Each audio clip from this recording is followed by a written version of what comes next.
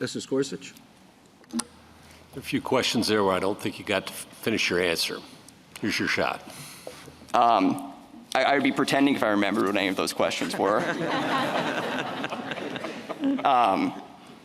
So, I think instead of, turning myself into a circle, if there's anything, that you wish I spoke to. No, no, there isn't. I want to get what your argument is. I'm here to understand it, right. not anything else. And I think one of the questions was, what do you think the error was that the district court made and that the 11th Circuit made? I think that was one question that I'd like to hear the answer to. Right, so I think there's two related errors. And the first is what we were saying before, is that they just misunderstood what the substantive standard is. I'm going to look at this evidence. I'm going to ask whether there's a possibility. Alabama looks for a likelihood. So that's mistake number one.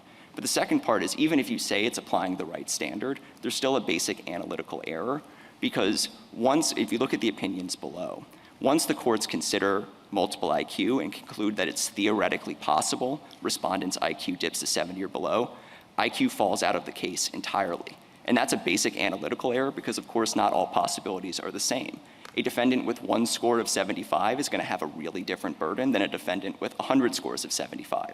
So the analysis here, what it should have looked like, is taking count of that dynamic, which is not just saying, well, there's a possibility IQ falls away. I'm going to look at this secondary evidence. You then needed to circle back and see if that secondary evidence was strong enough to drag down the IQ scores below the line set by Alabama law. And the first error, though, might be itself dispositive, it sounds like. Yeah, they're independent errors. Either one of which is sufficient. Correct. Okay. And you agree that at the end of the day, before a federal court can grant habeas relief, it has to find a violation of the Eighth Amendment here. Yes. Okay, I had one piece to it, is that if you must. The wrinkle here, which I think is a bit difficult, is the innovation of Atkins, which is to innovation, that was the word I was looking for. Which is to identify a federal rule, a general rule against executing the intellectually disabled, but largely outsourcing its definition to state law. At bottom, though, I agree with that. That's an innovation for sure. But it was trying to give some breathing room to states. Mm-hmm. There has to be a floor, an Eighth Amendment floor beneath all that breathing room, right? Presumably. Yes. And before a federal habeas court can grant relief, I would have thought you have to find a violation of federal law.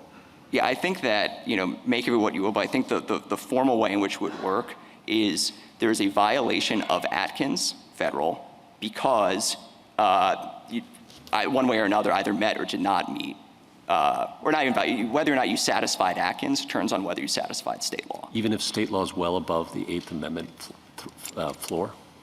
Oh, I understand. And that, I think that the answer would be probably yes, although I think it's difficult.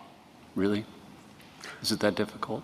Well, I think that states have broad discretion to set. I do think that at some point, what I will say, let me take that back just a little bit, in that, that states are free to be more protective than what the Eighth Amendment requires. How many times have we held that, right? 100%. So for instance, what I meant to say is, imagine a state adopted the one low score rule as a matter of state law. Whether or not you violated that wouldn't necessarily implicate the Eighth Amendment because it's more protective than what the Eighth Amendment would require. Exactly. And so before a federal habeas court could grant relief, you'd still have to go beyond that and find a violation of the Eighth Amendment. Yes. Okay. I'm glad we got to that. Okay. And then what do you think about the holding that I suggested to your friend from Alabama, looking at what Hall and Moore and trying to figure out, because I agree there is some confusion, and that's why we took the case, the QP we did, was trying to sort some of that out. That under Atkins, states can implement the first prong however they want, as long as they don't treat a single score in the low 70s as decisive, Hall, or use facts extraneous to IQ scores to outweigh a low score more. Is that a correct and fair summary of the law that would provide guidance, do you think? 100%. On the